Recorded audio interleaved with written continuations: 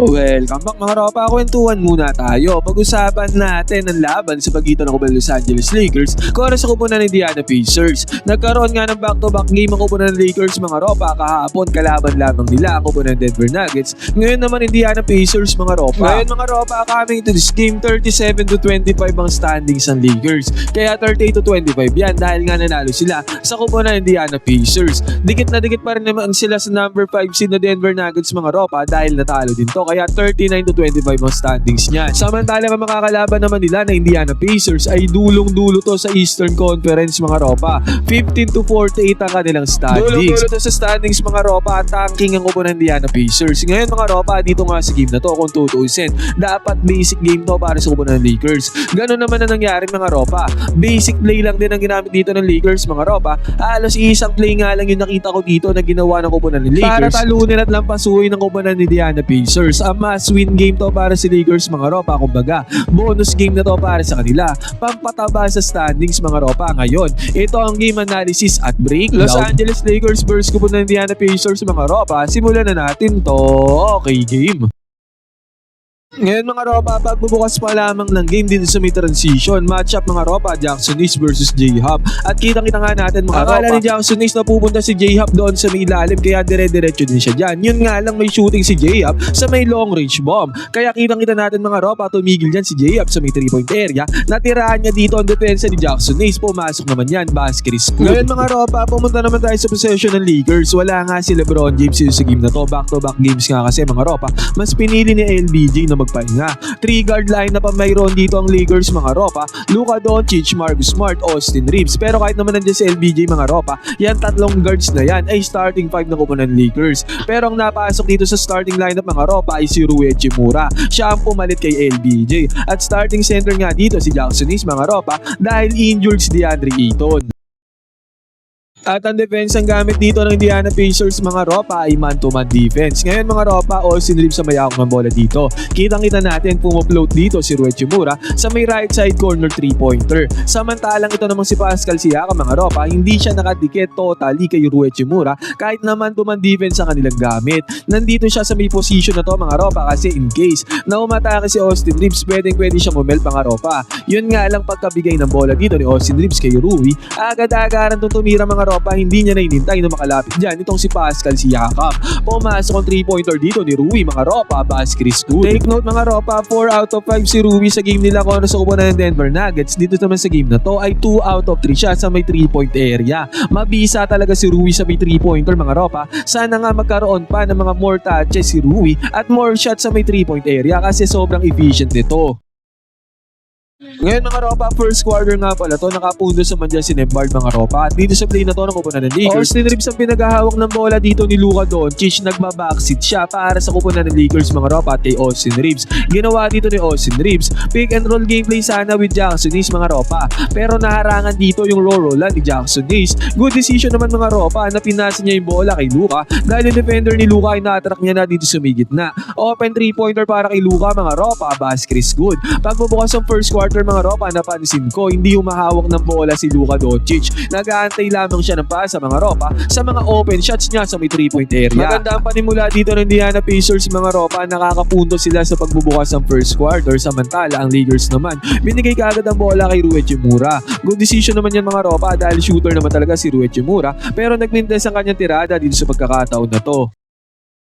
At nakapitalize ulit yan ng Indiana Pacers mga ropa, samantalang si Austin Reeves nga pinagmamando ng bola dito ni Luka Doncic. Mintes naman ang tirada dyan ni Austin Reeves at nakapitalize ulit yan ng kupunan ng Indiana Pacers doon sa may kabilang banda. At eto ulit mga ropa, sinasabi ko nga pagbubukas ng first quarter, hindi humahawak ng bola si Luka Doncic. Hindi ko alam mga ropa kung bakit hindi siya humahawak ng bola. Pero dito mga ropa, sa balasan nila ng bola, nag-aantay nga lang si Luka mga ropa, catch and shoot nga lang. Pero dito mga ropa, 2 out of 2 kaagad si Luka sa may 3-pointer. Galing sa mga catch and shoot niyang tira mga ropa. Hindi yan galing sa isolation or dribble mga ropa. Sadyang puro catch and shoot ang tinitirada dito ni Luka Doncic. At ito mga ropa, mintes na naman ang tirada dito ni Austin Reeves. Samantalang napakagandang depensa naman ang ginawa dito ni Luka. Nablock niya ang atake dito ng kupunan ng Indiana Pacers. At ito mga ropa, tingnan natin to. Ito na ang atake ni Luka mga ropa. Dire-diretso siya papunta doon sa may ring. Nakakuha naman ng basket dito si Luka mga ropa. Take note dito sa may first quarter. Binuhat ni Luka ang kupunan ng Lakers in terms of score. scoring. Ang daming puntos sa kanyang ginawa mga ropa, first quarter pa lamang.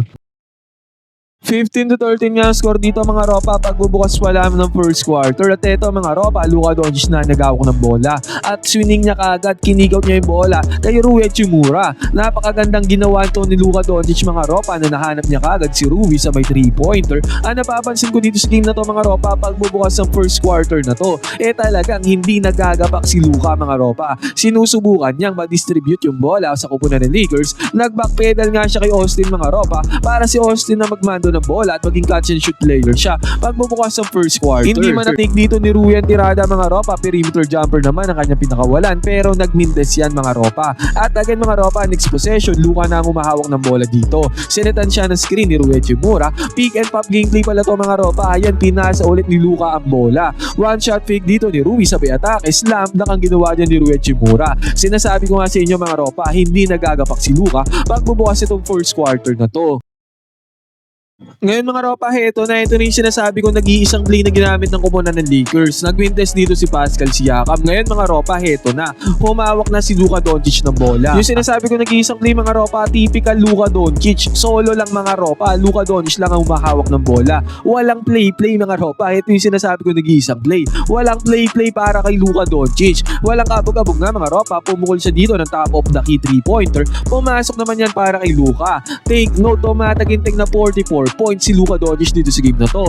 14 out of 25 siya sa may field. 7 out of 14 siya sa may 3-point area. Ibig sabihin 25 shots ang kanyang pinakawalan dito sa game na to mga ropa. Mas marami pa yon sa 5 players ng Lakers pag pinagsama-sama mga ropa. Nag-iisa lang si Luka Doncic. Ngayon mga ropa, dito sa game na to wala nga si LBJ. Mas nakapaggapak ng maayos dito si Luka mga ropa. Lagi naman 25 shots ang pinapakawalan ni Luka kada game mga ropa, pero dito sa game na to wala siyang takot tumira, hindi siya nag-aalala mga kasi ropa. Nga wala si LBJ na isa ding ball handler ng kupunan ng Los Angeles Lakers. 3-pointer nga dito mga ropa, pumasok para kay Luka. Nung una hindi na mamase, no? Pero dito mga ropa, another one back-to-back possessions to. Walang kabog-abog na top of the key 3-pointer ang pinasok dito ni Luka Doncic. Hit check yan mga ropa, mainit pa. Sulitin mga ropa, pumasok ko rin para kay Luka. Ito yung Luka na Dallas Mavericks Luka mga ropa, yung talagang siya lang ang primary ball handler, kayang-kaya niyang gapakin ng bola at yung mga role players mga ropa nakapaligid sa kanya. Ganito ang nangyari sa game na to mga ropa, parang lumabas yung Dallas Mavericks na Luka Doncic. Eto mga ropa, na-involve naman dito si Luke Kennard sa play na to. Ang ganda nito play na to mga ropa. Nanggaling si Luke Kennard doon sa may baba. Ngayon mga ropa, sinilan siya dito ng off-ball stagger screen na kupunan ng Los Angeles Lakers. Ang unang screen na dinaanan dyan ni Luke Kennard mga ropa, itong screen na sinet ni Vando para sa kanya. Ngayon mga ropa, nakasunod pa rin yung primary defender. Ngayon dyan na lumabas yung pangalawang screen mga ropa. Drew Timmy na ang nagbigay ng stagger screen dito para kay Luke Kennard. Tendency outcome niyan. Pasa ni Luka, open na open si Luke Kennard sa may 3-point area. Buti nga mga ropa, tinik ni Luke Kennard ang 3-pointer na yan, hindi niya pineke. Kasi usually mga ropa, pinipeke ni Luke Kennard ang 3-pointer, sabay aatake siya papunta doon sa may ring or ano kaya perimeter jumper. Pero dito mga ropa, hindi niya pineke. Pumasok naman ang 3-pointer dito ni Luke Kennard, baas Chris Good. Successful gameplay para sa Lakers mga ropa. And take note, 3 out of 5 si Luke Kennard sa may game na to. 5 3-pointers ang kanyang tinira mga ropa. Sana dumami pa yan mga ropa, although marami na rin yung 5 3-pointers na kanyang tinake. At the next play mga ropa, wala na ulit play to. Talagang sinolo na ni Luka Doncic ang first quarter. Siya na naman ang umatake dyan. Pero maganda dito mga ropa, nakukuha ni Luka yung written. Pumasok na naman ang kanyang perimeter jumper.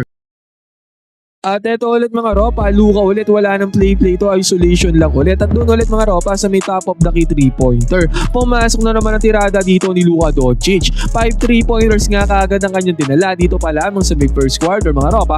At 20 plus points ang kanyang kinamada dito pa lamang sa may first quarter. Kaya kitang-kita natin mga ropa, tambakol kaagad dyan ang kupunan ng Indiana Pacers. 35-27 kaagad ang score dyan mga ropa. At kitang-kita natin sa mukha ni Luka Doncic, napapangiti nga siya mga ropa kasi nagagawa niya na ayos yung kanyang laruan nang wala si LeBron James mga ropa. Libreng-libreng nakakapaggapak itong si Luka Doncic. Ginawa niya lang taga-abang, taga-rebound, taga-panood yung kanyang mga kakampi doon sa loob ng court mga ropa. Ngayon mga ropa, mag-jump tayo dito sa may third quarter kung saan tinambakan din ng Lakers ang kupunan ng Indiana Pacers. Eto mga ropa, pagbubukas pa lamang ng third quarter, Luka Doncic na naman, umatake na naman, wala na naman play yan mga ropa. Pero nakapasok na naman ang tirada dito si Luka Doncic. Sunod-sunod yan mga ropa, puro Luka lang talaga. Again mga ropa, Luka na naman dito. Dribble mga ropa, isolation play. Talagang hindi pumapasa mga ropa, papasa lang yan pagka nagipit. Pero dito mga ropa, nakapag-make siya ng tira pero nagmintes. At another one mga ropa, sobrang hirap na tira na to para kay Luka mga ropa. Solo niya lang talaga pero still di niya pinapasa yung bola. Ang layong 3-pointer mga ropa, nagmintes yan para kay Luka. Yan naman mga ropa, sobrang nakaka-apekto na yan. Yun nga pumapasok ang kanyang tirada. Nakaka-apekto sa kanyang teammates kasi nanunood lang. Lalo na itong nagmimintes mga ropa, lalong nawawala ng gana yung kanyang mga teammates. At eto mga ropa, great example to. Austin Reeves naman na nagmando ng bola dito. Napunta naman kay Austin yung bola, hindi na kay Luka Doncic. Ngayon mga ropa, tingnan natin to. Rui Hachimura mga ropa, sindatan niya na screen dito si Austin Reeves. And ang ginawa dito ni Austin Reeves, inatake niya yung dalawang defenders dito ng Cleveland Indiana Pacers. Na-track naman niya ni Austin Reeves mga ropa, si Rui Hachimura ay nag-pop na dito sa may 3-point area. Kitang-kita natin mga ropa, Austin Reeves making the right play. Pinasa niya yung bola kay Rui Hachimura. Tendency outcome nito, open na open mga ropa. Ang gandang play niyan, pinadali lang dito ni Austin Reeves yung basketball. Dahil sa magandang play na yan, pumasok ang 3-pointer dito ni Rui, basket good. Ito yung sinasabi ko, nadidistribute ng maayos yung bola. Nakapag-dribble dito si Austin Reeves, nakatira dito si Rui Hachimura. Hindi natetenga yung ibang players mga ropa. Ngayon pumunta tayo sa the next play. Susubukan sana ulit ni Rui yung pick and pop gameplay mga ropa, pero this time Luka Doncic naman na nagmamando ng bola. Ganon din na nangyari mga ropa, na-attract ni Luka Doncic yung dalawang defenders. Nang bahagya lang mga ropa, hindi na totally kumagat dito si J-Up. Lesson learned na mga ropa, pero sa pagkakataon na to, Luka Doncic dire-diretso ulit mga ropa, nagkaroon naman talaga ng malinong natira dyan. Itong si Luka Doncic. Ngayon mga ropa, the next play, Austin Reeves ulit. Heto na ulit mga ropa. Sinubukan ulit ni Austin at Rui yung ganong play. This time mga ropa, na-attract ulit ni Austin ang depensa ni J-Up mga ropa. Kumagat dyan si J-Up sa atake na to ni Austin. Ngayon nagpop na ulit si Rui sa may 3-point area. Ganun ulit ang kinalabasan nito mga ropa. Open na naman si Rui Hachimura sa may 3-point area. Pero sayang nga lang mga ropa, nagmintes na ang tirada dito ni Rui. At sa pagkakataon na to mga ropa, heto na Luka Doncic na naghahawak ng bola dito mga ropa. Naubos sa halos dito ang 24-second shot na violation. Ngayon mga ropa, naipit si Luka. Ang ginawa niya, pinasa niya kagad yung bola kay Marcus Smart mga ropa, nag-ipit siya. Kaya nag-ipit din dito si Marcus Smart. Buti na lamang mga ropa, pumasok ang 3-pointer dito ni Smart, basket is good. Ang ending naman itong game na to mga ropa, nanalo naman ang kupunan ng Lakers na domina ni Luka Doncic ang game na to mga ropa nang wala si LeBron James. Kaya mga ropa, ano masasabi niyo sa game na to ng kupunan ng Lakers kontra sa kupunan ng Indiana Pacers mga ropa? Pwede kayo mag-comment lang sa baba ng opinion, magkwentuhan tayo.